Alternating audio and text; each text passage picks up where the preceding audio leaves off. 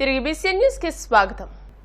అంతర్రాష్ట్ర ముఠాలతో కలిసి మంత్రి కాకాని గోవర్ధన్ రెడ్డి అక్రమ కార్యకలాపాలకు పాల్పడుతున్నారని తెలుగుదేశం పార్టీ సీనియర్ నాయకులు సోమిరెడ్డి చంద్రమోహన్ రెడ్డి ఆరోపించారు. కేంద్ర ప్రభుత్వం జోక్యం చేసుకుని కాకాని వ్యవహారంపై విచారణ చేపట్టాలని కోరారు. బెంగళూరు రేవ్ పార్టీతో సంబంధం లేదని కాకాని చెబుతున్నా ఆయన పాస్పోర్ట్, ఎమ్మెల్యే స్టిక్కర్ ఎందుకు దొరికాయని ప్రశ్నించారు. రేవ్ పార్టీ జరిగిన ఫామ్ హౌస్ యజమాని గోపాల్ రెడ్డి కాకానికి మిత్రుడని తెలిపారు. నకిలీ పత్రాలు, మద్యం తయారీలోనూ కాకానికి సంబంధాలున్నాయని సోమిరెడ్డి ఆరోపించారు.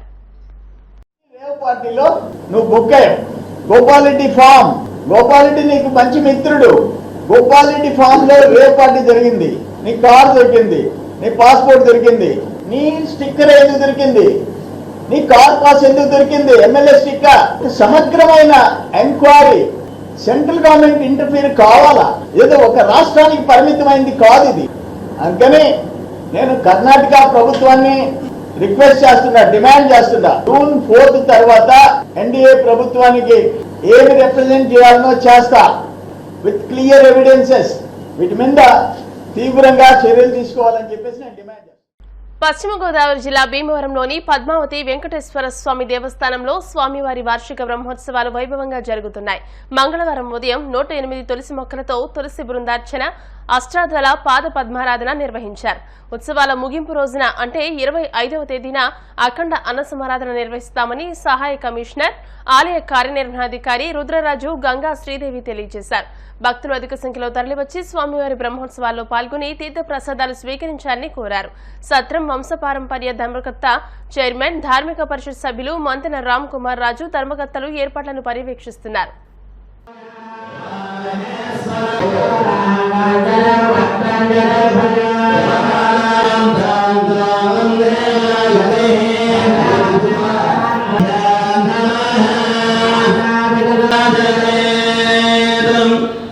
మనసులో మీ తల్లిదండ్రులు నమస్కారం చేసుకోండి.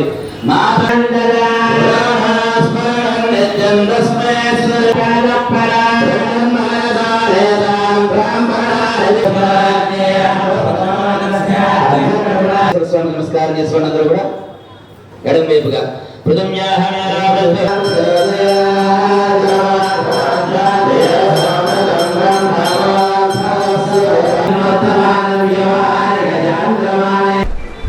ఓం నమో వెంకటేశాయ.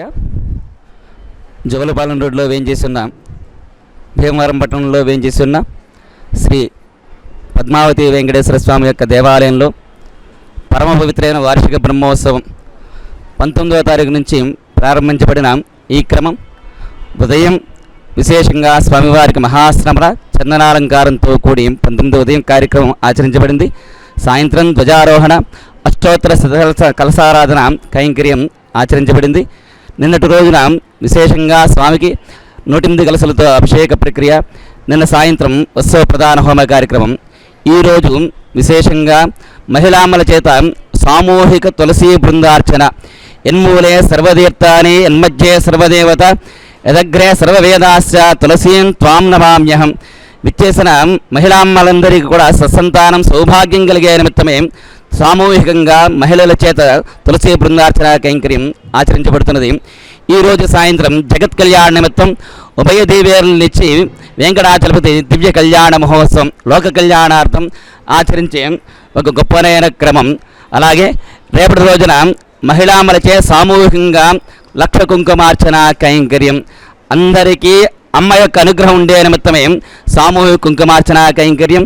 రేపు సాయంత్రం విశేషమైన ప్రక్రియగా మహాపుష్పయాగంతో కూడి దశావతార శాలిగ్రామాల అర్చన కైంకర్యం. ఇది పూర్వం ఎక్కడా జరగనిది ఈ సన్నిధానంలో మాత్రమే చాలా విశేషంగా ఆచరించే క్రమం. ఎవరైతే రేపటి రోజు సాయంత్రం విచ్చేస్తారో వారందరూ కూడా విష్ణు స్వరూపంగా ఉన్న శాలిగ్రామాలను ముట్టుకునే ఒక గొప్ప భాగ్యం రేపు సాయంత్రం కలుగుతుంది. అలాగే ఎల్లుండి ఉదయం చక్రస్నానం, మహాపూర్ణాహుతి, ఆ రోజు సాయంత్రం ద్వాదశ ప్రదక్షిణ, అలాగే స్వామివారి ఏకాంత సేవతో ఈ బ్రహ్మోత్సవ కార్యక్రమం ముగుస్తుంది. అలాగే 25వ తారీఖున స్వామి ప్రసాదంగా అఖండ అన్న సమారాధన కైంకర్యం జరపబడుతుంది. భక్తులు, గ్రామస్తులు ప్రతి ఒక్కరూ కూడా విచ్చేసి ఈ అద్భుతమైన ప్రక్రియలో పాల్గొని స్వామి యొక్క పరిపూర్ణమైన అనుగ్రహానికి పాత్రలై తరించవలసిందిగా కోరుచున్నాం.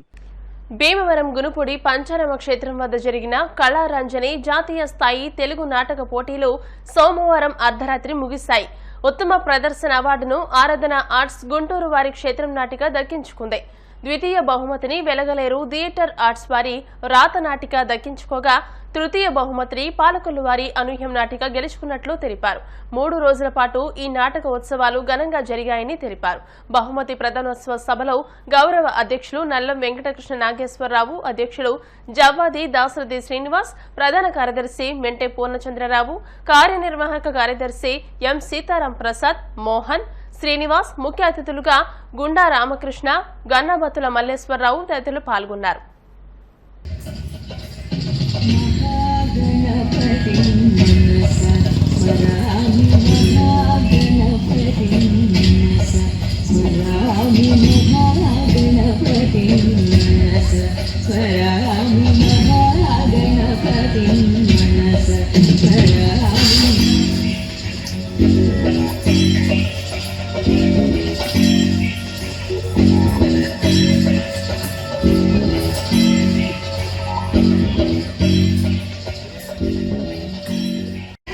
అన్ని ఎగ్జాక్ట్ గా జరిపోయాయి. అలాంటప్పుడు అదే కథలో బ్రహ్మ చెప్పిన ఒక్క విషయం మాత్రమే తప్పేది బాగున్నానా? దీని వెనకాల ఏదో కారణం నా దగ్గర నువ్వేదో దాస్తా కనిపిస్తుంది. అమ్మంటే అక్కడ యాక్సిడెంట్ చనిపోయినా నా మీద వచ్చే చెప్పు.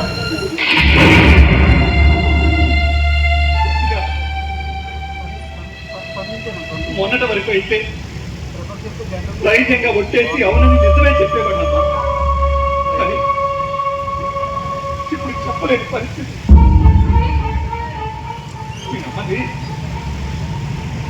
యాక్సిడెంట్ కాదు, ప్లానెట్ మర్డర్ అని నాకు మొన్ననే తెలిసింది.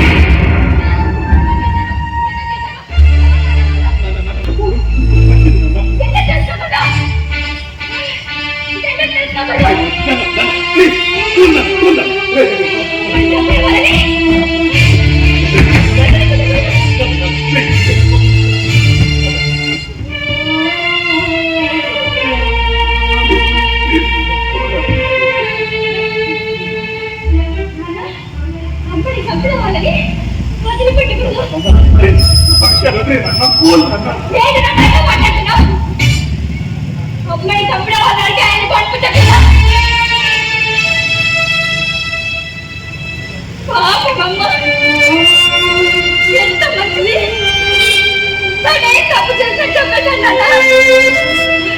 అసలు వాళ్ళని కుక్కలు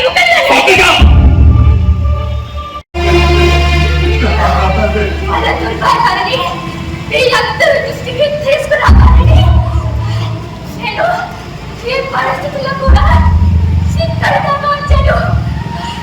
కాబట్టి అలాంటి ప్రజలు ప్రజలు నివసిస్తున్న ఇళ్ళ మధ్యలో ఉండకూడదు. అవి సీజ్ చేయాలి. ప్రభుత్వం దీని మీద దృష్టి పెట్టాలి. నీకు దండం పెట్టాలి. ప్రజల ప్రాణాలను కాపాడండి.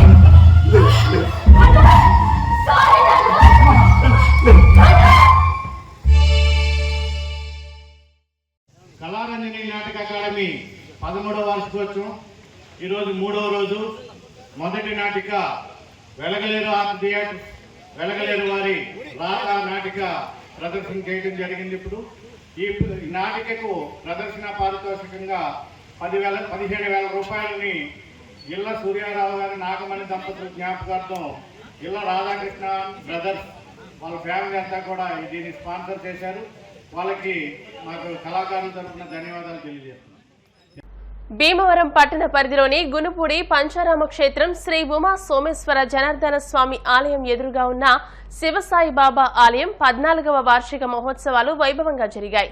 ఈ మహోత్సవాల్లో భాగంగా మంగళవారం ఆలయ ప్రాంగణంలో అఖండ అన్న సమారాధన నిర్వహించారు. శివసాయిబాబా ఆలయ అభివృద్ధి కమిటీ ఆధ్వర్యంలో జరిగిన ఈ సమారాధన కార్యక్రమానికి భీమవరం పట్టణానికి చెందిన కానూరి దుర్గా భోగేశ్వరరావు, అన్నపూర్ణ దంపతుల సౌజన్య సహకారాలతో సుమారు 1,500 మంది భక్తులకు అన్న సమారాధనకు ఏర్పాట్లు చేశారని ఆలయ అభివృద్ధి కమిటీ నాయకులు తెలిపారు. ఉదయం నుండి ప్రత్యేకంగా అలంకరించిన బాబావారిని భక్తులు పెద్ద ఎత్తున విచ్చేసి దర్శించుకుని పూజలు నిర్వహించారు.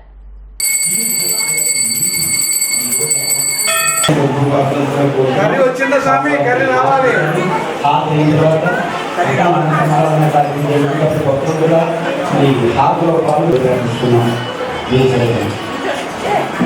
అలాగే మాకు చక్కటి సంస్కృతి మా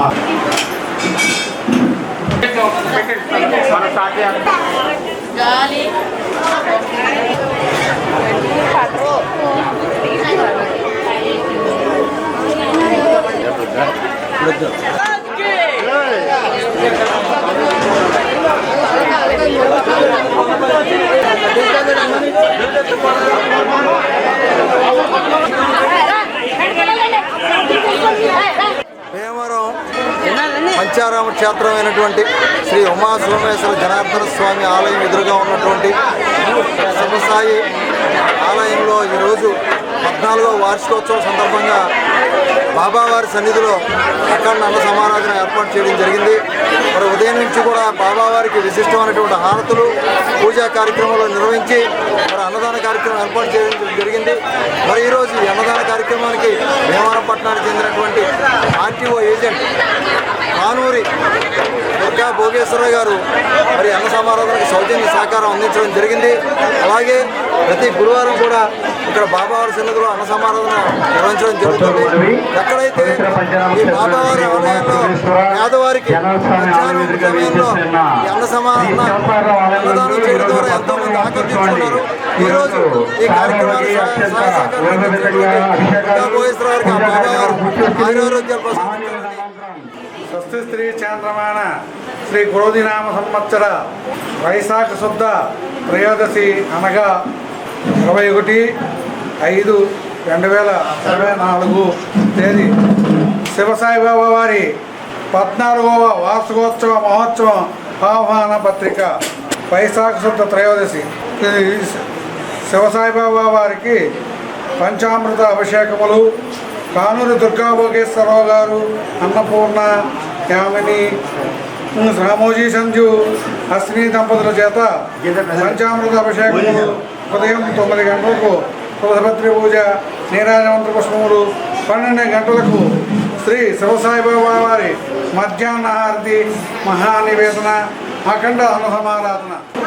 ఈరోజు పవిత్ర పంచారామ క్షేత్రమైన శ్రీ ఉమా సోమేశ్వర జనస్వామి ఆలయం ఎదురుగా వేచేసి ఉన్న శ్రీ శివసాయిబాబా ఆలయం ముందు 14వ వర్షోత్సవం అనేది బాగా అర్థం అవ్వలేదు. ఇంత స్పీడ్గా ఇన్ని సంవత్సరాలు గడితేనే అంత సాయిబాబా లీల మహేశ్వరంతో అద్భుతంగా ప్రతి సంవత్సరం కూడా ఘనంగా దాసుల యొక్క సహకారంతో గుడి దినదిన ప్రవర్తమానంగా అభివృద్ధి చెందుతూ ముఖ్యంగా ఈరోజు ప్రత్యేకించి దాతగా శ్రీ కానూరు దుర్గా భోగేశ్వర గారికి మేము కృతజ్ఞతలు తెలియజేస్తుంటాం. అభివృద్ధి ఎందుకంటే యావత్తు మొత్తం కూర్చొని ఇవాళ ఈ దంపతులతో ఈరోజు ఈ కార్యక్రమం నిర్వహించడం చాలా సంతోషదగ్గ విషయం.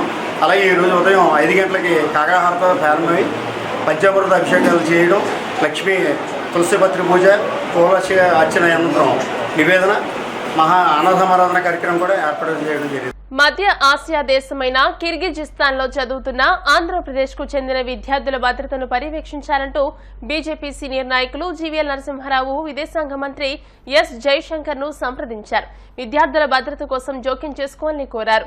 కిర్గిజిస్తాన్ రాజధాని నగరమైన బిషెక్ లో భారతీయ విద్యార్థులతో సహా విదేశీ విద్యార్థులపై హింస, దాడుల గురించి వచ్చిన వార్తల నేపథ్యంలో ఆ విద్యార్థులు, వారి కుటుంబాలు తమ భద్రత కోసం భయపడుతున్న కారణంగా జీవీఎల్ ఈ చొరవ తీసుకున్నట్టు తెలియజేశారు. కిర్గిజిస్తాన్ రాజధాని బిషెక్ లో ఆంధ్రప్రదేశ్ కు చెందిన సుమారు 2000 మంది విద్యార్థులు వైద్య విద్యను అభ్యసిస్తున్నట్టు జీవీఎల్ మంత్రికి లేఖను రాశారు. జీవీఎల్ అభ్యర్థనపై స్పందించిన జైశంకర్ విద్యార్థుల భద్రత విషయమై అన్ని చర్యలు తీసుకుంటామని హామీ ఇచ్చారు.